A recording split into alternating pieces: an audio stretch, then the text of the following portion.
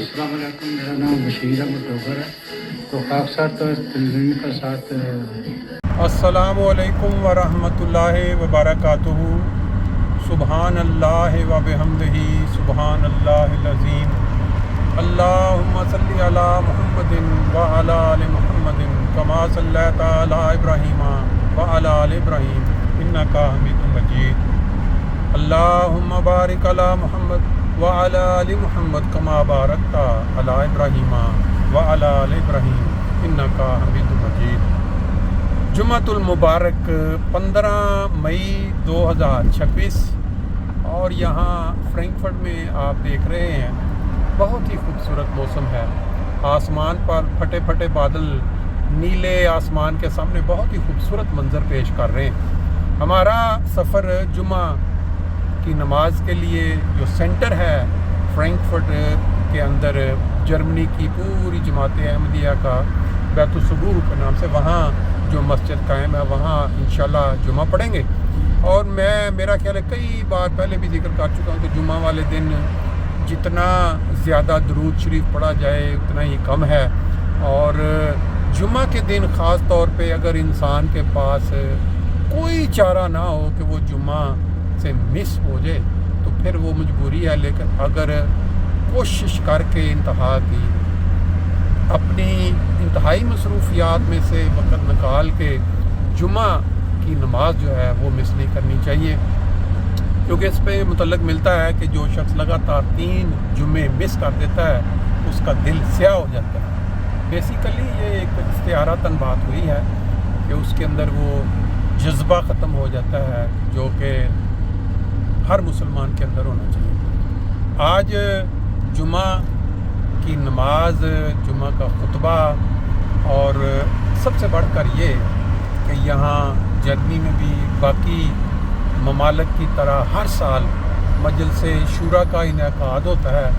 और मजलिस शूरा के मुतल्लिक़ मेरा ख्याल है ज़्यादा डिटेल में जाने की ज़रूरत नहीं है। ये लफ्ज़ कुरान मजीद में भी आता है। और आज दुनिया में जितने भी इस्लामी ममालिक हैं अगर उनका आप जायज़ा लें तो मेरा नहीं ख्याल कि जमात अहमदिया की तरह ये जो मरबूत निज़ाम है एक खिलाफत के साए के नीचे जो सिस्टम मजलिस शूरा का इस जमात में कायम दायम है। और हर मुल्क जहाँ जमात कायम है वहाँ हर साल शूरा का एक इजलास होता है। शूरा की मजलिस कहीं 2 रोज़ा कहीं 3 रोज़ा, जहाँ इस्लाम की तबलीग का एजेंडा होता है। दुनिया में जो मसाइल होते हैं जमात अहमदिया के लिए या गुराबा के लिए उनके ऊपर बाज़ तजावीज़ आती हैं तो उनको कैसे ख़त्म किया जाए, कम किया जाए।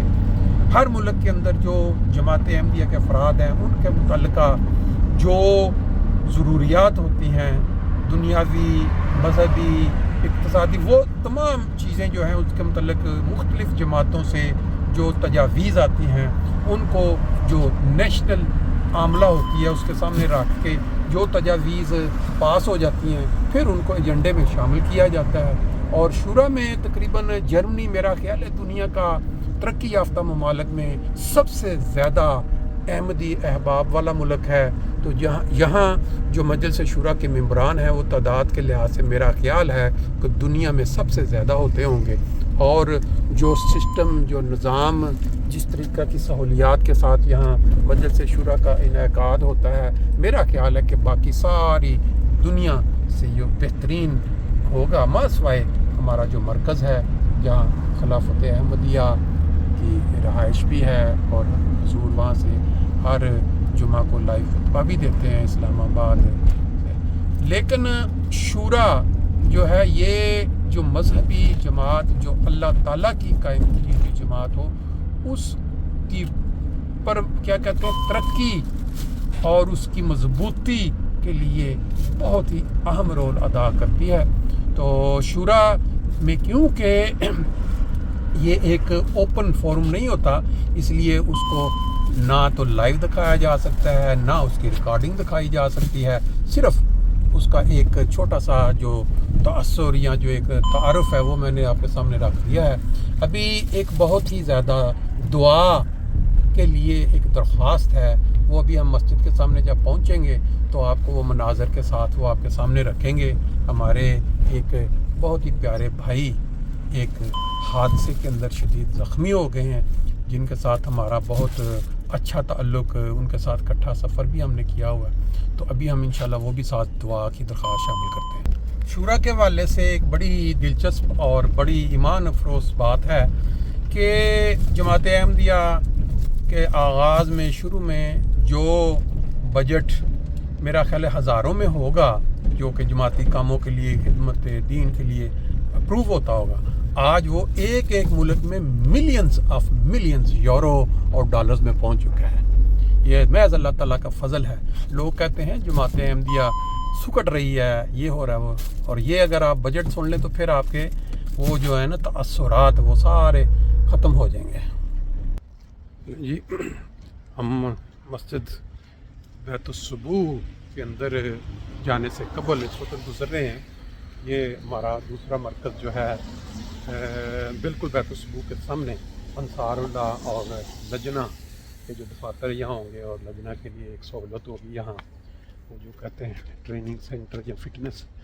تو جو میں دعا کے لیے کہنا چاہ رہا تھا، وہ ہمارے دوست ہیں آخن جماعت سے مکرم صدیق ڈوگر صاحب، ان کے بڑے بھائی بشیر ڈوگر صاحب، آج ہی اطلاع ملی کہ ان کا ایک سائیکل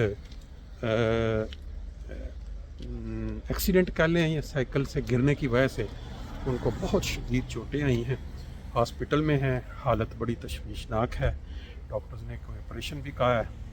اور یہ آپ جانتے ہیں کہ محترم صدیق ڈوگر صاحب اور بشیر ڈوگر صاحب جو ہیں، یہ ہمارے ساتھ T I college old students ایسوسی ایشن جرمنی کے ساتھ سفر بھی کر چکے ہیں، بلغاریہ اور یونان کا.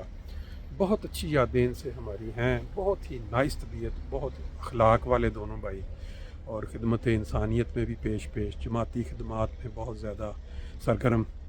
اللہ تعالیٰ ان کو شفا یابی دے. آپ کے علم میں ہے کچھ عرصہ قبل ان کے بھائی صدیق ڈوگر صاحب سائیکل سے گرنے کی وجہ سے شدید بیمار ہوئے. دوستوں کی دعاؤں سے، اللہ کے فضل سے وہ صحت یاب بھی ہو گئے. چند روز قبل ان سے میری ملاقات بھی ہوئی. لیکن اب ان کے بڑے بھائی بشیر صاحب پتہ چلا ہے کہ بہت شدید اس وقت بیمار ہیں چوٹ لگنے سے.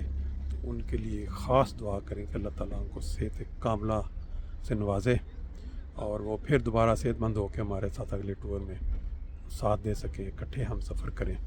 بہت شکریہ.